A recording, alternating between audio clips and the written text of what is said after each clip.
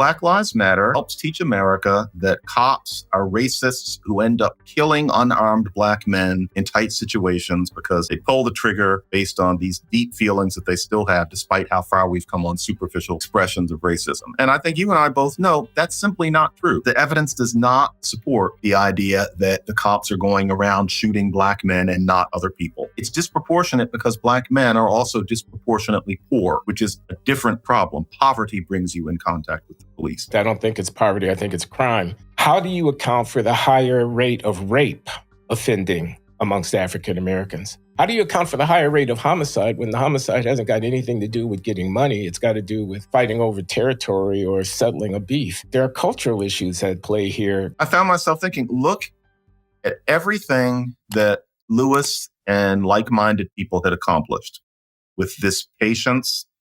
They can all seem kind of saintly in a way, making these noble speeches, but it worked. These people, the March on Washington, Civil Rights Act, the Voting Rights Act, this stuff worked. Slow, steady, saintly. And then Stokely Carmichael comes in, and it's so exciting to watch him saying Black Power, etc. But he and his type never accomplished a goddamn thing. I can't think of a single thing that fist up in the air ideology accomplished except making some people superficially proud. And it's sad because as the book moves into the 70s, so much can't happen anymore because of this radical ideology that has taken over to such an extent. The 70s, I think, in many ways were one of the saddest decades for Black American history because of that way of being Black becoming seen as default. And so it means that Lewis is doing, he did some good things in Congress, but he's slow, he's steady, and increasingly out of fashion because Jesse Jackson is the person who's thought of as the rock star. Now, as he gets much older, people start to come around, as tends to happen when people pass about 70. But what Greenberg doesn't mention, because that's not what he's trying to do, is what I remember, which is by the 80s in particular, the big star was Jesse Jackson. That was what you were supposed to think of as the quintessence of Black activism. And frankly, I can't think of a damn thing that Jesse Jackson you're mentioning, you're mentioning Stokely Carmichael and Jesse Jackson in the same breath, and they are very, very different. Mm-hmm. Are they not? They are, but they had a similar attitude. The idea being that, basically, fuck whitey, that idea. Black Power. This is how Carmichael made his name, isn't it? He had a book published with a political scientist at Columbia whose name escapes me, an African-American distinguished academic, Hamilton. Charles Hamilton. Yeah. Charles Hamilton and Stokely Carmichael, Black Power. Mm-hmm. And that famous speech, or maybe it was a series of speeches where Carmichael would, with the balled up fist and, Black Power, we want Black Power. I'm not quoting him, but I'm getting the spirit of it, I think. And that you're saying, is that what you're saying led to nothing? Led to nothing at all. It led to Black Lives Matter. So by extension, I have to conclude that you are similarly skeptical about the contribution that fruit of the 60s and 70s radicalism in African-American political life, Black Lives Matter, a contemporary outcropping of the same reflexes.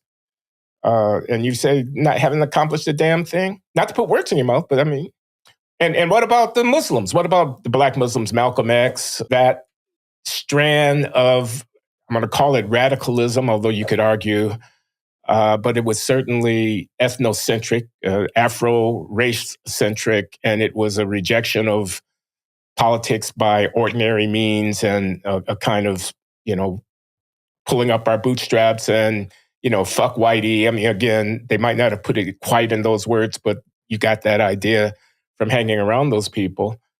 This aspect of the African-American political sensibility, it's very deeply ingrained, isn't it, John? Yes, it is. And you're making me think. Black Muslims. There are many things that could be said. It saves a lot of Black men from going the wrong way, and there's nothing wrong with that. But to be honest, it's also responsible for things like Ibram Kendi, who openly says that when he was young, he thought of white people as devils. Where did he get the idea of white people as devils? He got that from that kind of Black Muslim ideology. And it's very explicit in their ideology, in their literature. He doesn't think that anymore. But, to be honest, you can smell it on him. You can read it in him. You can see it in him. He thinks of the white world as an alien place. He doesn't read white things unless he absolutely has to.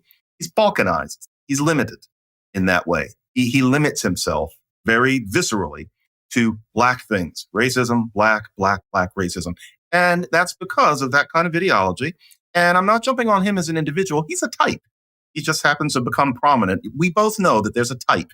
He's that certain type who just is kind of closed off from whiteness. It creates that. And Black Lives Matter, I have been very, very patient about that. I have not wanted to talk Black Lives Matter down, but to tell you the truth, it's getting to the point where we can make a verdict.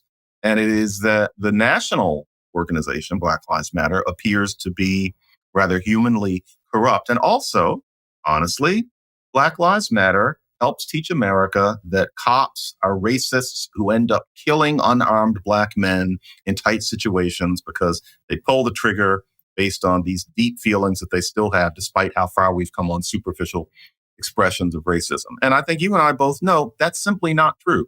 The evidence does not support the idea that the cops are going around shooting Black men and not other people. Most people think it's many, many more Black men than it is, and women sometimes. Very few people know that same sorts of things happen to white people all the time in larger numbers. Even fewer know that to the extent that it's disproportionate in terms of how much it happens to Black men, it's disproportionate because Black men are also disproportionately poor, which is a different problem. Poverty brings you in contact with the police. 2.5 times disproportionate numbers of Black men shot. Black people are 2.5 times more likely to be poor. That's not an accident. Black Lives Matter. I'm almost done. Black Lives Matter is taught the wrong lesson about that. Apparently, even John Lewis was under the impression that there's this problem with the police and Black men, which there was when he was younger.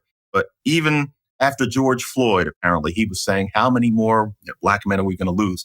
It's an easy misimpression to fall under. But Black Lives Matter has taught America that, which is false, which exaggerates something that's very sensitive and largely undergirds the feeling of many Black people that racism is our defining experience. Go ahead.